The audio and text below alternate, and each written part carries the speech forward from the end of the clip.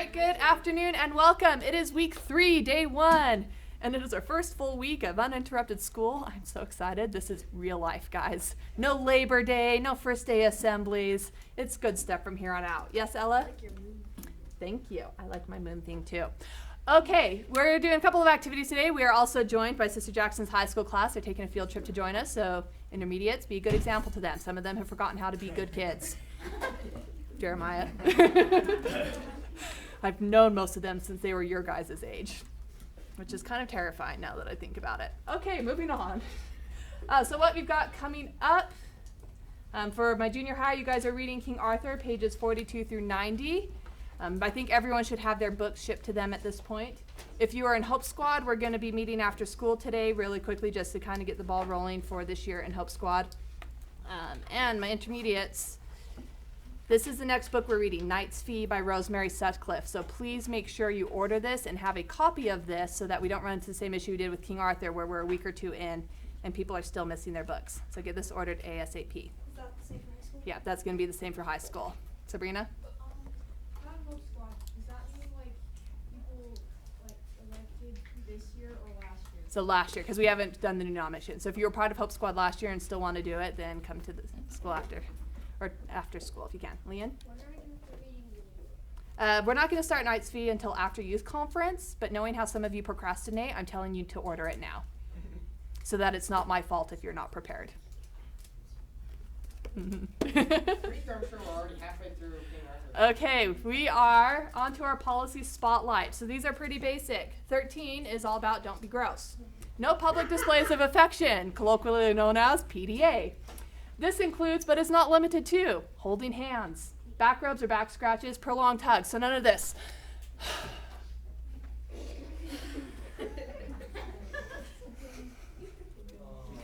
No. We had a real problem with that at Leon a couple years ago, which is why this is now in the policies, because it was just getting awkward. No kissing, gross. No making out, grosser. No sitting in laps, no cuddling, or anything of a romantic or intimate nature. Intermediates, you're still at the age where most of you think that stuff is gross. Good. High schoolers, it's starting to get less gross to you. Keep it chill. We're at school, we're in public. Just, no. Yeah. Probably don't do it at home either, because if you're anything like my brother, but when my one brother and sister-in-law were dating, they weren't even that bad at PDA, but my little brother Nat, he'd do a whole no PDA sign with a big red X. So, yeah. And if you have any questions about, well, what's too long of a hug? Well, if you have to ask it, probably don't do it, and go talk to Brother Long. All right, policy number 14, no gossiping. If it's not a confirmed story, if it's a mean story, or if it's just not your story to tell, don't tell it. And policy number 15, no sharing of prescription or non-prescription drugs. Usually not a huge deal, although my junior year of high school here at Leahona, there was a kid who was expelled because of this. But usually what we run into this is people are like, oh, I have a headache, do you have an ibuprofen or an Advil? You're not allowed to share those drugs just simply because we don't know if that person is taking other medicines or has a condition that might interact and react badly with that. If you do need like an ibuprofen or something for a headache, go to the front office because they have those basic medicines, and they also have a list of who has permission from parents to take what medicines. So no drug pushing, that's all. So today's policies are don't be gross, don't be mean, don't do drugs. Can we all agree to live by these simple principles? Sounds good. Got an okay from Amara. All right. Moving on. Okay. You know I love linguistics, and so I am really excited about this. But we're going to do a quick review because, you know, you have a test coming up in 2 weeks. So review is good. Pro tip for studying. Start reviewing now. Even if you don't know exactly what's on the test, if you review it now, then you get to the night before and you're like, I know this because I've read it 5 times, instead of, wait, this was all the way from week 1, I don't remember this at all. Yes, Catherine? So you said in 2 weeks from now? Yeah, so week 5, day 2 will be our test. So what is language? What is the definition of language we've discussed in class? And you can look at your notes if you need to. Yeah, William? If I am correct, and according to my calculations I am, language is a system used to communicate. Yep, language is an agreed upon system of communication. Remember, we also talked about at least how many people need to agree upon the system for it to count as language. Yep, that's correct. 2. Okay. Now this is part I want to talk about this a little bit more because remember when we read the Just So stories about how the first letter was written? Right, a couple of weeks ago when we did the practice quiz on that. One of the questions on there was, does Taffy's drawing count as language? Some of you guys said no, a lot of you guys said yes. But if we're looking at our definition of language as being an agreed upon system for communication spoken by at least 2 people, does Taffy's drawing count as language under that definition? No, because she was the only one who understood what was going on, and no one else had agreed upon that system. So, and we saw, because no one else had agreed upon that system of communication, no one else knew what was going on, was she actually able to communicate what she intended to communicate? No. So again, it was just a practice quiz question, so you got points for participating, but I want you guys to engage in that critical thinking. Because a lot of you said, yes, it was meant to communicate, therefore it's language. There are a lot of things meant to communicate. Babies crying is meant to communicate, but does that make babies crying a language? No. Nope. And? So are you saying that if, like, I was in another country that spoke, like, I don't know, another language, but no one there knew English or knew what I was speaking, No. I would be speaking No, English would still count as a language because there are other people in the world with whom it is an agreed upon system. Yeah, so if you're in a different country and you're the only person who doesn't speak the language, that doesn't mean it's not a language, it just means you need help. Yeah. So, do you mean like if babies that do technically know their language, just 2 of them, they can have the same thing, but no one else knows that that's the language? If it's an actual agreed upon system. Yeah. Okay. So use that critical thinking. Now we're going to break language down even more because like, yay, communication, but there's so much that goes into this.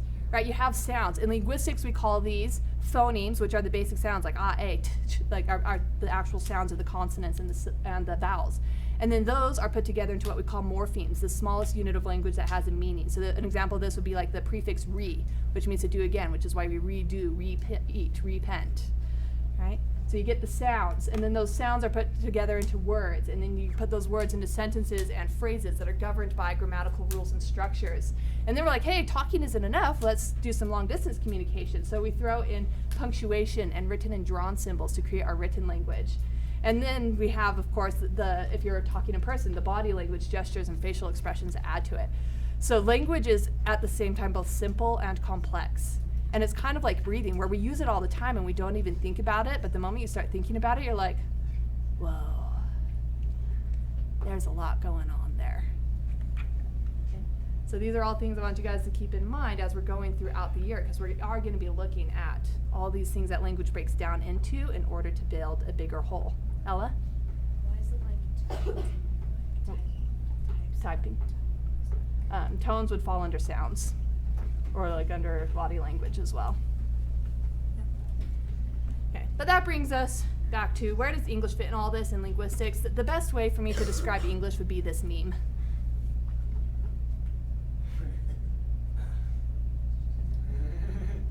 About right. Yep.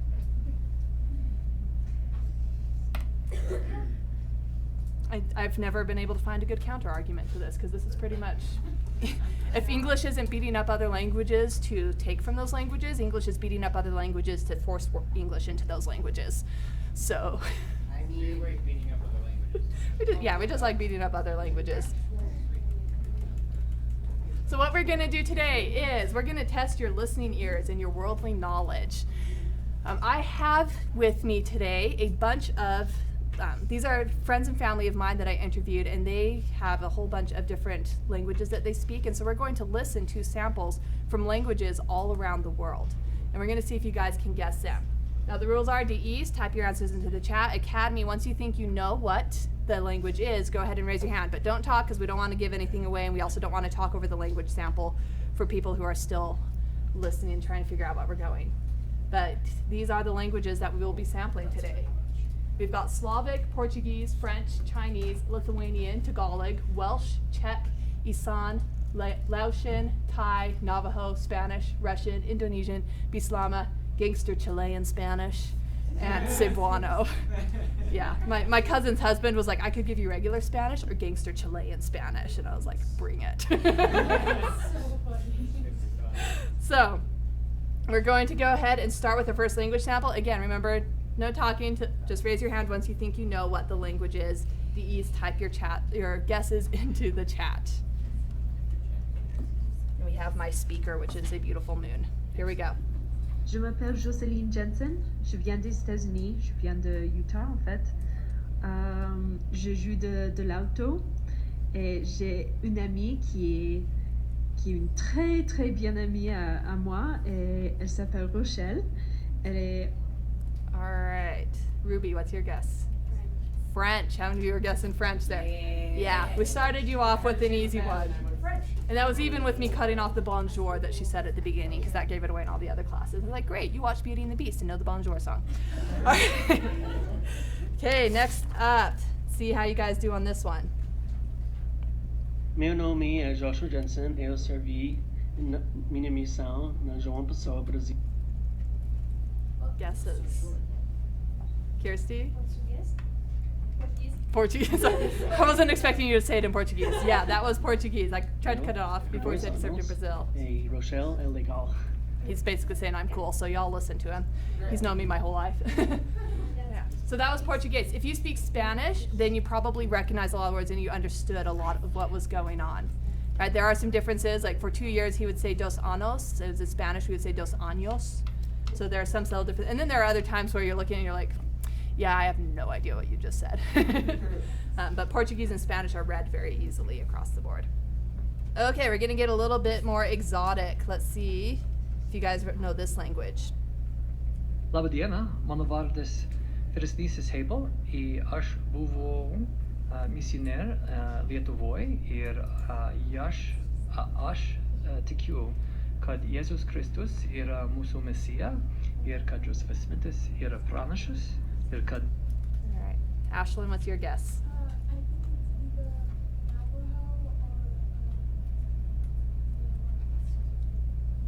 Navajo or which one? Okay, Ella, what's your guess?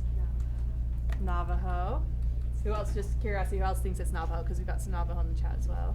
Anne, what's your guess? I think it's Slavic or Russian. It's not Slavic. It's more closely related to Russian, which we've got Russian in there as well. Sam? It is not Welsh. This is Lithuanian. Yeah. Which if you speak Russian, you may have caught a couple Russian words. If you speak Spanish, it had almost a very Spanish feel to it. And even though you didn't understand this language, you probably caught him saying words like missionary, Jesus Christ, I heard Book Christmas, of Mormon. and I was like, Yeah. So even if you don't understand language, sometimes there are enough similarities where you can catch what we call cognates, words that sound similar in different languages. Okay, next up. 你好，我是吉勒达，我是Gee, I wonder what 22岁，我是泰国人，我 All right, apparently guys know more of this language than I did at your age. Douglas, what is it? Chinese. Yep. Okay. Next language. Listen carefully because this is a short clip. Ahojte, volám sa Martin, som zo Slovenska. Som hudobník, hrám na klarinete a momentálne žijem v Paríži. Okay. Anne, what's your guess? Is it Thai? It is not Thai. Levi? I want to say Indonesian. No. Lily, what's your guess? My guess is the very first one. I don't know how to pronounce it. Slavic? That would be correct. From the country of Slovakia, which I got to go there this summer. Absolutely beautiful. Yeah, it did sound kind of Russian. It's in that same language group and language area. Well, to be fair, a lot of languages in that area just sound Russian. Yep. Okay. Let me find my next guy. Here's our next clip. Хорошо, меня зовут бывший старейшина Хейбл, и я был миссионер и представитель Церкви Иисуса Христа святых последних дней. Я жил в Литве на 2 года.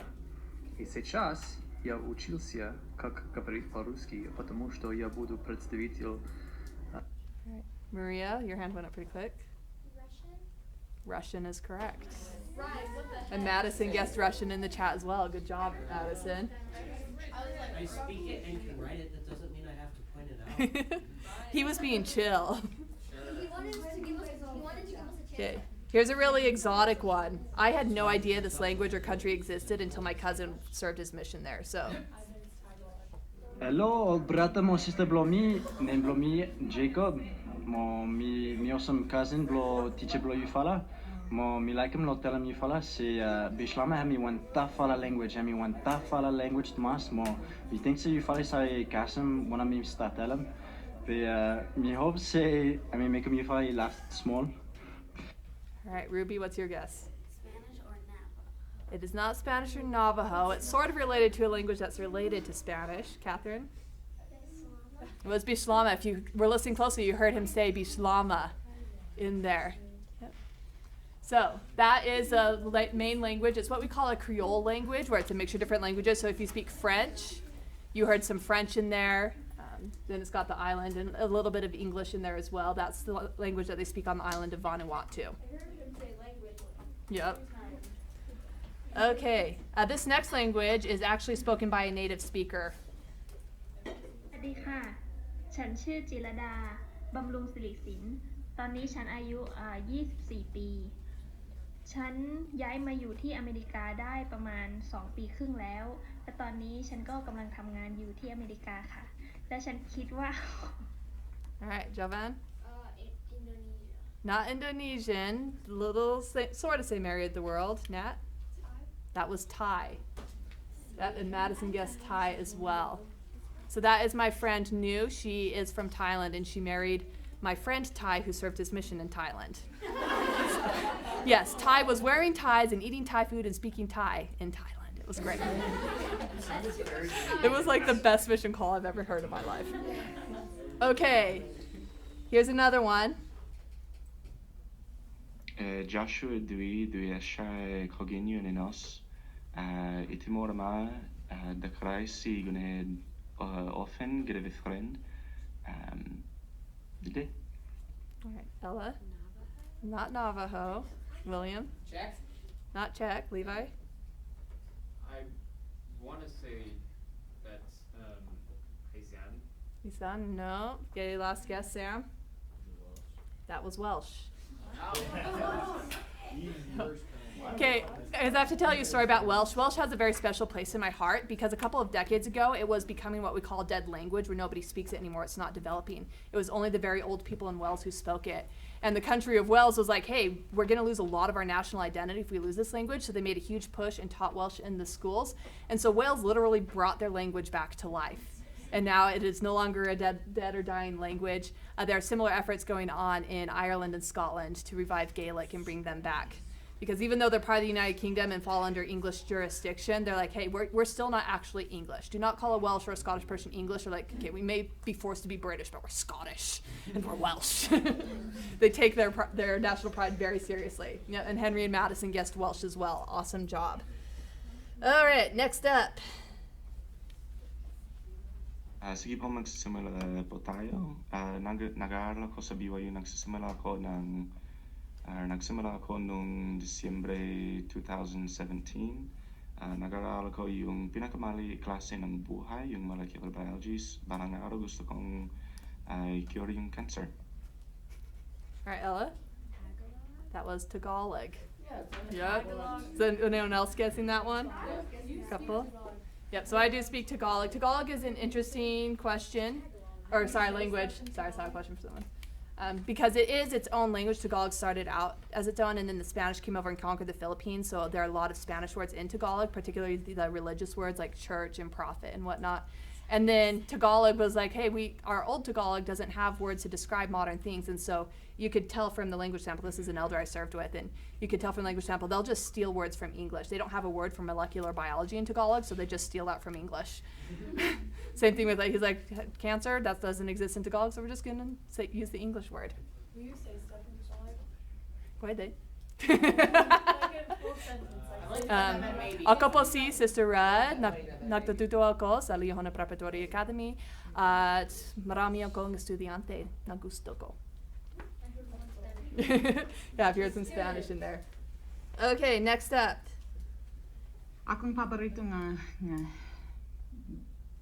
basahon kabahin sa babae nga ganahan siya magdagan ug nga murag mag-ato siya sa mga dagat, nga kasagaran nga matudoan ko sa daghang mga baba o ganahan.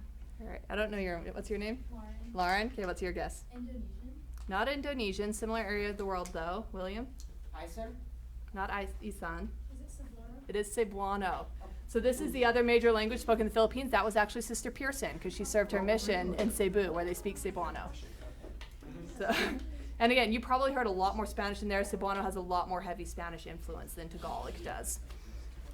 They kept a lot more Spanish words. They did not conjugate the verbs though. So that's if you speak Spanish and you're hearing Cebuano and you're like, why didn't they conjugate that verb? And So did you it's fine. understand Cebuano? So Cebuano and Tagalog, like, if Sister Pearson and I were to talk to each other, we would understand about 50 to 75% of what the other person was saying, and the rest would be like, for example, the word for, and there are some words that are just completely different. The word for a bird in Tagalog is ibon, but the same word means ant in Cebuano. So, like the little creepy crawly. Okay, next up, we're doing process of elimination, so we're getting there. Iad she Billy Nakain she be Belegana this Linajini do ya eat hot chitney bashichin Belegana dashe do chi dashanella. Nat, what's your guess? Actually heard it before. I think it's Navajo, but I'm not completely sure. Let's see, Henry guessed Navajo in the chat, and you would be correct. Yes! Yep, that was my roommate. She is half Navajo. He speaks it pretty well. Yep. All right, where am I on my list? Got it. Here we go. Another short language clip, so listen up.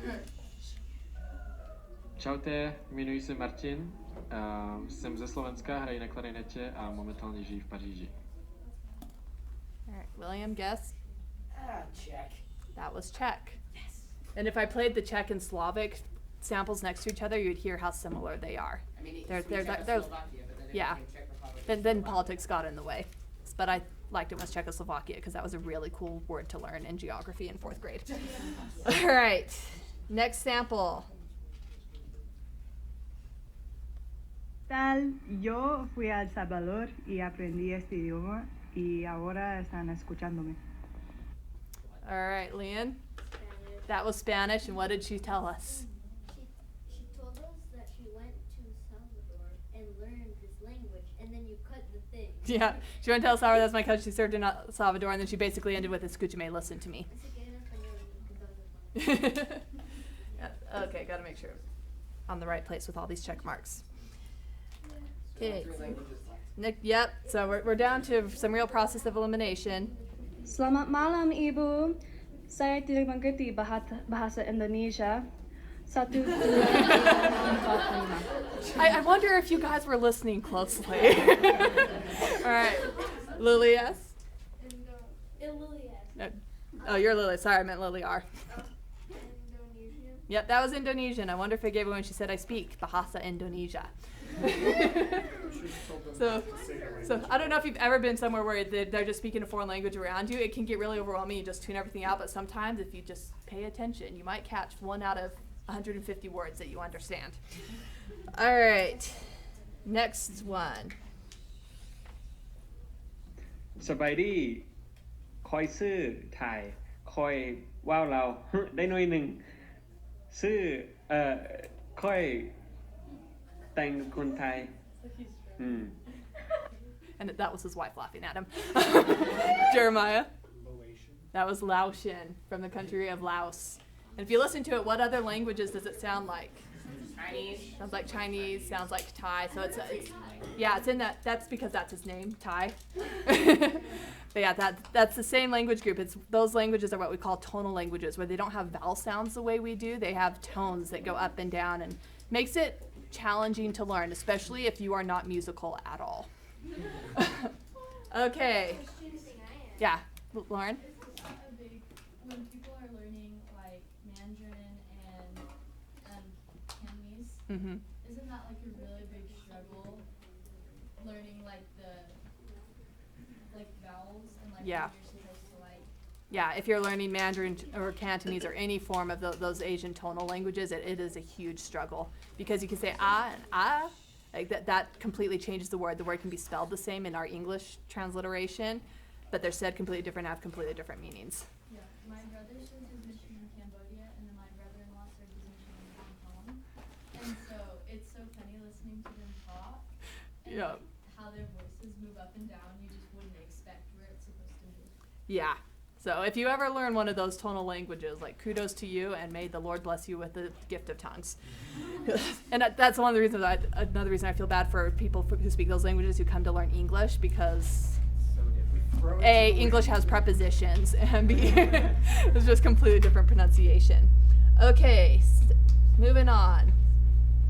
สวัสดีจ้าค่อยชื่อจิรดาค่อยมีแม่เป็นคนอีสานแต่ค่อยเว้าบ่ค่อยได้ปานใดแต่ค่อยฟังพอฟังหูเรื่องอยู่ในภาษาอีสานจ้า All right, and if you're like Henry and you heard and guessed Isan, you would have been correct on that one. So Isan is actually a dialect of Thai, kind of like how we have our southern dialect here in the United States. Like they have the Cockney accent over in England. Cockney is a special thing. Okay. All right. By process of elimination, let's see. Those of you who don't speak Spanish, you may not be able to tell that this is a very different dialect, but those of you who do, you'll kind of catch on to our gangster Spanish. Let me find it. Bueno, ¿cómo está, logo? Bueno, yo fui misionero de la Iglesia de Jesucristo de los Santos de los Últimos Días y lo único que te puedo decir es que esta iglesia es verdadera. Cierto es. All right, Lene, you speak Spanish, so what was going through your brain when you heard that? Way different. That is way different, yeah. I feel like that's closer to the bottom of the, like, South, that's closer to South America. Yeah, so that's in Chile, South America. It's called Chilean for a Yeah, it is from Chile, and he just like, even, I had a teacher in Spanish who was Chilean. I had a Chilean Spanish teacher, and she would talk to me all the time about there's a difference between Chilean Spanish and Argentinian Spanish, I guess. And you can hear, if you speak Spanish, you could hear, this was Levi who was talking, you could hear him dropping some of the S's and just kind of some slang terms thrown in there. Yeah, a lot of countries drop this. I had a friend who got called to serve in Dominican Republic. Her mom was Mexican and her dad had served in Mexico, and so when she heard she was going to the Dominican Republic, she was like, I'm going to learn me some funky Spanish. It's pretty great. Yeah, Sister Jackson? One difference for Spain Spanish, too. Is anyone familiar with that difference in Spain Spanish? Levi? Well, I just know there are different ways they set up the grammar structure. Yeah. Just the pronunciation. They also pronounce it differently. Yeah, like Spanish, they'll pronounce some of the S with S. And then Spain Spanish. Yeah, Spain Spanish will lisp the S. Yeah, but TH. The S is like TH. Yeah. So, basically, we went through all of that to see so many different sounds, right? So many different grammatical structures, so many different ways to communicate. But they all have one thing in common, and that's where they came from. So, a quick review from last week. What is Adamic? Ashlyn? Yep, it's the original language spoken by Adam, Eve, and their children. And then we had the whole Tower of Babel fiasco. Don't know if you guys remember that. And so we got other languages, which include Indo-European. What is the definition for Indo-European that we talked about last week? And you can look in your notes. Yeah, Anne? Language branch of Adamic. that linguists identify as the source of most languages in the Western world. Yep, so when we had the Tower of Babel, we broke up into different languages like Indo-European, and this is the language branch we're most concerned with because it is the source of most of the languages that we speak here in the Western world. And so that leads us to our last definition for Chapter 1, language branches. It's basically how we chart language family trees, right? We look at the root or foundational languages, of which Indo-European would be one, and then we look at the languages that branch off of that and put them into families according to their similarities.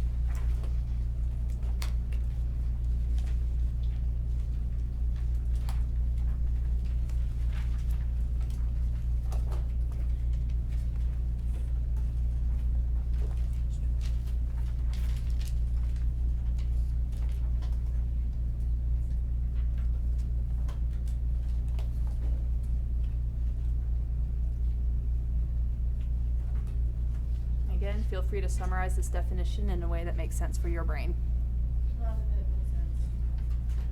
One of the students in the last class was like, language family trees.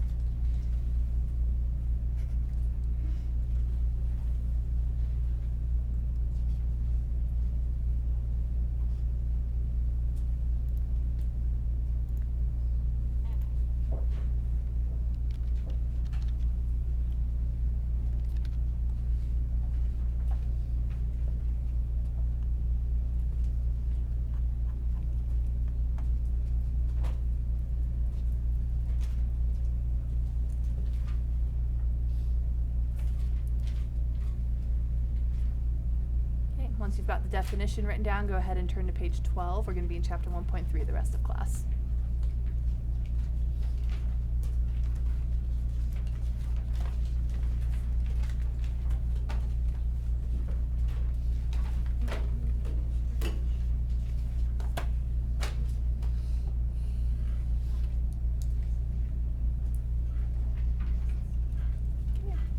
I'm going to move on. If you don't have the definition written all the way down, grab it from a friend or from the grammar book later. But again, just reviewing what we talked about last week, we had Adamic, then we had the Tower of Babel, and once people were speaking all those different languages, they broke off and gathered together and settled different areas of the country based on their language groups, because you kind of want to be with people you can understand. Makes sense, right? And those become the foundational languages. Grab it from a friend. Grab it from a friend. Okay. So this is one of my favorite graphics. This is just a very basic graphic of all the languages that would have come off of Adamic. Linguists would call it a common ancestral language because they don't have the gospel. But you'll notice, going back to what I said earlier, Indo-European is the source of a huge number of languages compared to the other main language branches that came off of Adamic. Okay. And then we've just got some random ones where people are like, I'm not sure how they're related to other languages, so we'll just put them in the other category.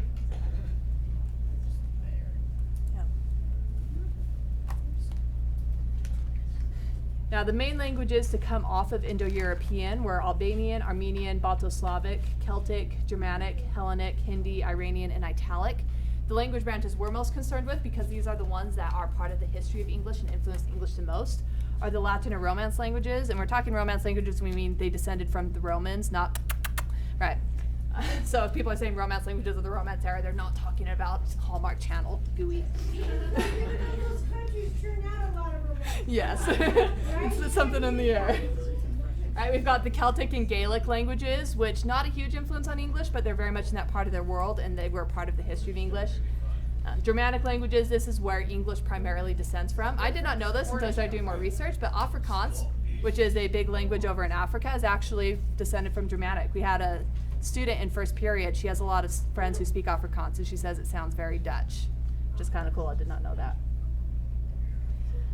But again, this is all in your grammar book, so I'm going to move kind of quickly. I did want to show you this, because this is my favorite graphic that shows the different language branches of Indo-European.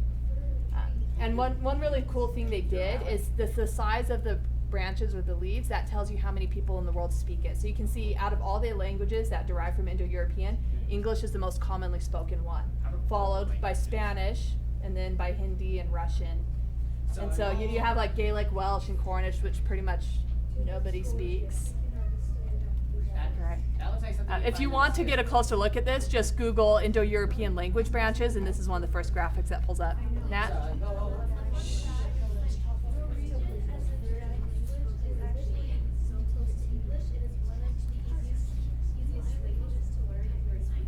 Cool. So, Norwegian apparently really easy to learn if you speak English. Here's another graph. So this is more of that tracing the actual genealogy of the languages. Breaks it down that way. You know, makes my little linguist heart happy. And so last week we started with Adamic, we broke it up. This week we broke it up even more into the language branches. And so your task this week is in the grammar book. There are 4 questions on pages 13 through 14 that ask you to think about why the languages have changed, how they've changed, and what that means today for us and in terms of the Lord's work in building his kingdom in the latter days. So that's what we'll be doing the rest of class. Sister Jackson's class, thank you for visiting. Yep. And go ahead and work on this for the rest of class time.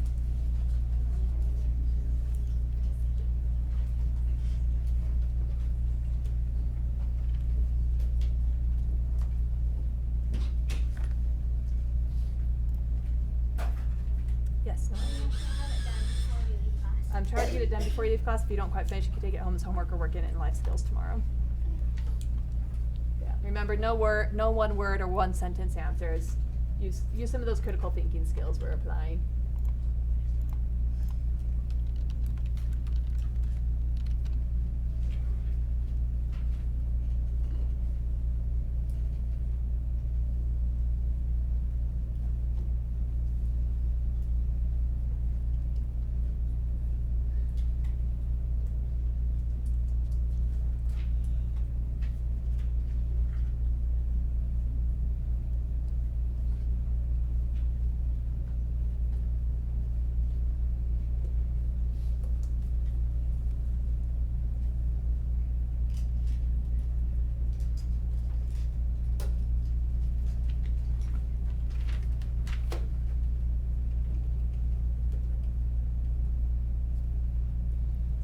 Question 1 is asking more of why do languages change in general, and question 2 is asking for specific examples of how you see language changing.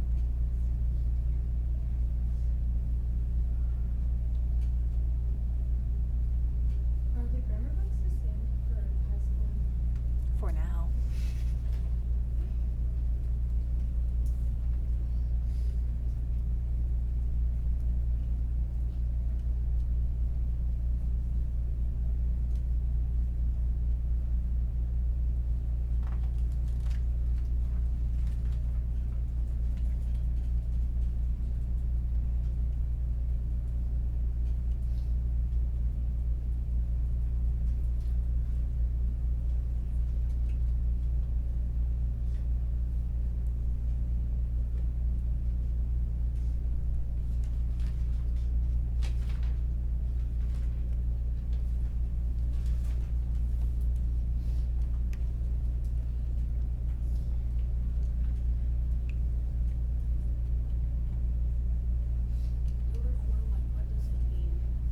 So number 4 is basically looking at how do the events at the Tower of Babel influence or relate to Joseph Smith's prophecy that the gospel would be taught in every nation, kindred, tongue, land.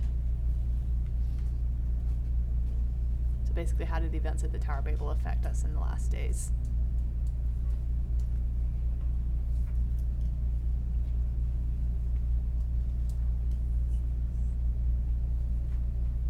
By the way, when are we gonna turn in our notebooks for notebook check? Week 5 when we do the test. Week 5? Oh, and DEs, remember you are supposed to submit this exercise on Schoology. The assignment's already set up for you.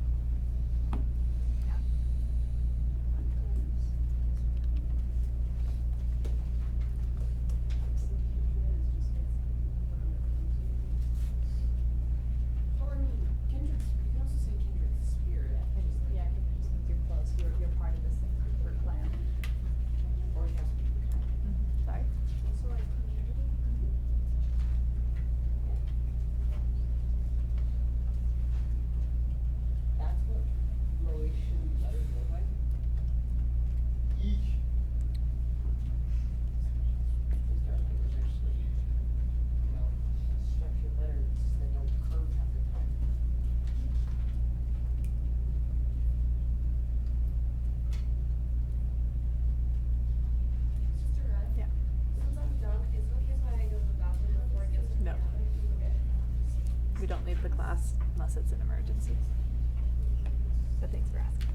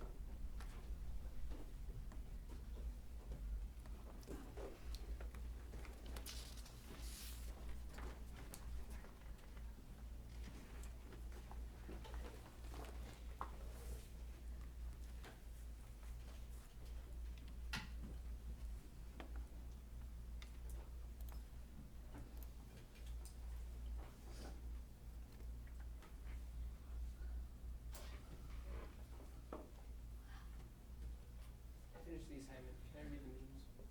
No, we're staying our desk till the class is out.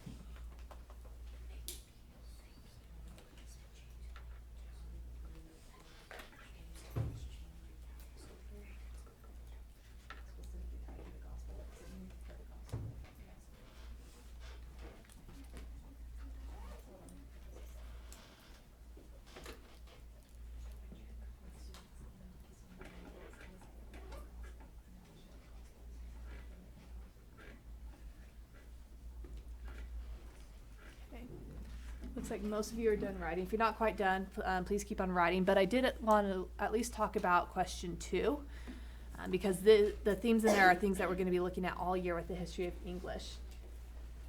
So what I want to know is, from your guys' observations, what are some of the things that most influence language change modernly? Catherine? So like what I wrote down was like the younger generation. You rebels, you younger generation, you. How does the younger generation and new generations affect language change? Well, like if you look back, like when it was like the 19 or 1800s, they thought swell or old man. Or So's your I old man. couldn't find any others. I couldn't remember any other Yeah, words, but like the stuff slang like that changes, was right? slang. Swell, And then so's right your old now, man. slang is like slay or other stuff. Yeah, you slay queen, or that's so lit, or actually I think lit is out now and it's fire, that's fire. I can't keep up with you guys. Yeah, so definitely slang and the new generations wanting to make their own mark. Kirsty? I noticed that laziness is a big one that impacts language. Laziness. The fact that like we'll smush words together. The one that I could think of is not. I'm not gonna say because it wasn't really appropriate, but that was the one I could really think of. Yeah, we have all sorts of laziness squishing words together. Like it's as simple as, guys, it's so hard to say, I cannot go to the party today. We're so lazy, we just say, I can't go to the party today. Like all our contractions are based on laziness. Or my favorite example of this, we used to say, oh, something is legitimate, meaning it's real or it's cool. And then it became, in my day and age, when I was your guys' age, we said, oh, that's legit. And then it got to the generation just before you guys, and oh, that's so lit. And now you've changed it completely and you go, that's fire. Right? So it's just legitimate, legit, lit. We went from 4 syllables down to 1 because laziness. It's so hard to say those extra words. What else do you see if influencing language? Fun fact, the word riz is actually the exact same word as charisma. Yeah, Riz is shortened for charisma, right? Oh, he's got Riz. He's got charisma. It's charismatic. Leon? I feel like the change, like why the because like maybe different areas of the world might speak the same language. Because there's like 4 languages, but they might speak like a different version of it or like a different way of saying the words and stuff. Yeah. And yeah, absolutely. Just being geographically separated from each other in different parts of the world, you may speak the overall same language like we do here in America, mostly speak English. But because you're separated geographically, then you develop different ways of saying the sounds, which is why the South has that nice long drawl. And here in Utah, we drop our T's and say mountain instead of mountain. Yeah, you're from the East Coast though, so keep your T's. Yeah. Henry says so there's a lot of shortening. Last couple of thoughts. Hey guys, I can tell you texting, because texting was being developed when I was your guys' age. Texting has changed language hugely. It's pretty much its own language at this point. Yep. And we also have things like the internet making access to language more global, which is kind of interesting. So just some food for thought as we talk about what influenced the changes in English. Again, do your best to answer these. And DEs, make sure you turn it in. And we will see you guys tomorrow. We'll be back in the grammar book, so keep those close. Wait, don't start getting yet. Yep, wait. All right, camera's clear. You can go ahead and put your books away. And when the bell rings, you can leave.